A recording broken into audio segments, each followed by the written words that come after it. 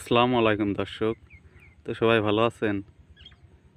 আমার মূলার জমি নিড়ানি দেওয়া হচ্ছে। তো দেখা যাক আল্লাহ কি করে। মূলার বাজার তো এখনো ভালো আছে, একটু হালকা শীত পড়তেছে। তো আমার গ্যান্ডারি কুশেরের বেডের উপর দিয়ে সাথী ফসল হিসেবে মূলা এবং ভেন্ডি দিয়েছি। তো আলহামদুলিল্লাহ মূলা শেষ হয়ে যাওয়ার পর যদি আল্লাহ ভেন্ডিটা দেয়, তাহলে মূলার পরে ভেন্ডি থাকবে এবং তারপরে তো গ্যান্ডারিতেই জমিটা ঘিরে যাবে চৈত্র মাসের দিকে। মানে শীতে তো গ্যান্ডারি কুশের তেমন বলে না, এখন জ্বালা একটু বলে থাকবে না, পরে আলহামদুলিল্লাহ শীত শেষে গ্যান্ডারি কুশেরে জোর দেয়। তো দেখেন আমার মূলা গাছগুলো এবং ভেন্ডি গাছগুলো খুব সুন্দর আছে। আর উপরের জমিটা, উপরের অংশের জমিটা প্রচুর পরিমাণ ভাদালে ঘাস।